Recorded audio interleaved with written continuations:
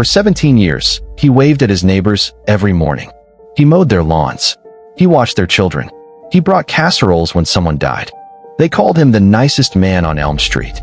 But behind that smile, behind the freshly painted door of house number 42, there was a basement. A basement no one had ever seen. And when the police finally broke it open in the summer of 2019, what they found inside would make 3 seasoned detectives resign from the force within a week. You're watching Scandal Files US, where America's darkest secrets finally see the light. If real crime stories, hidden monsters, and jaw-dropping true events give you chills, hit that like button, share this with someone who loves a mystery, and subscribe right now, because the next case we uncover might just be from your own hometown. Turn on the bell, you don't want to miss what's coming. His name was Harold Merrick, 54 years old, widower, a retired middle school science teacher. To the town of Ridgewood, Ohio, Harold wasn't just a neighbor, he was practically family. He coached Little League. He fixed old ladies' plumbing for free. He even led the neighborhood watch. But here's the first thing that should have raised suspicion.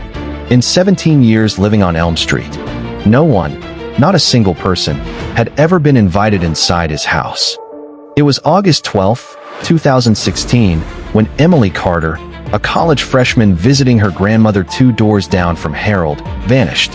Her car was still in the driveway. Her phone still on the kitchen counter. Her coffee still warm. Police searched for weeks. Dogs, helicopters, divers. They found nothing. And guess who volunteered first to help organize the search party? Harold.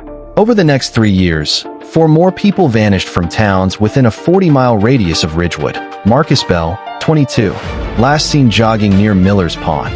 Sarah Gwynn, 17, walked home from a diner and never made it.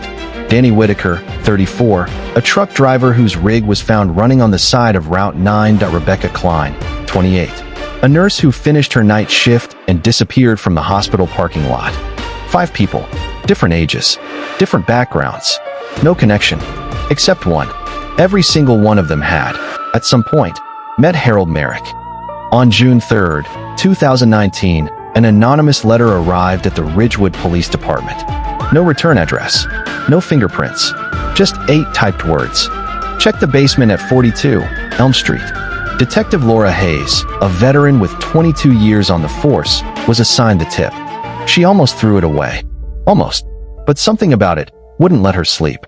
So the next morning, she drove to Elm Street and knocked on Harold Merrick's door. What happened in the next 90 seconds would change her life forever.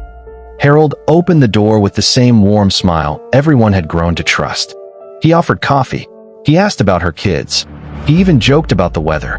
But Detective Hayes noticed 3 things, small things, that most people would have missed.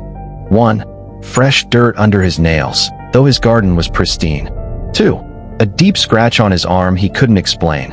And 3. A heavy iron padlock on a door that led down. She smiled. She thanked him. She left. And by nightfall, she came back with a warrant. At 11:47 p.m. on June 4th, 2019, officers breached the basement door of 42 Elm Street. What they saw would haunt them for the rest of their lives. The room was clean. Too clean. Fluorescent lights. A drain in the center of the floor. 5 metal boxes, each one labeled with initials. EC, MB, SN, DW, RK. Inside those boxes were personal belongings. Emily's necklace, Marcus's watch, Sarah's diary, Danny's wedding ring, Rebecca's hospital ID. But the victims themselves were nowhere to be found. For 14 hours, Harold Merrick sat across from investigators. He never raised his voice. He never asked for a lawyer. He simply talked.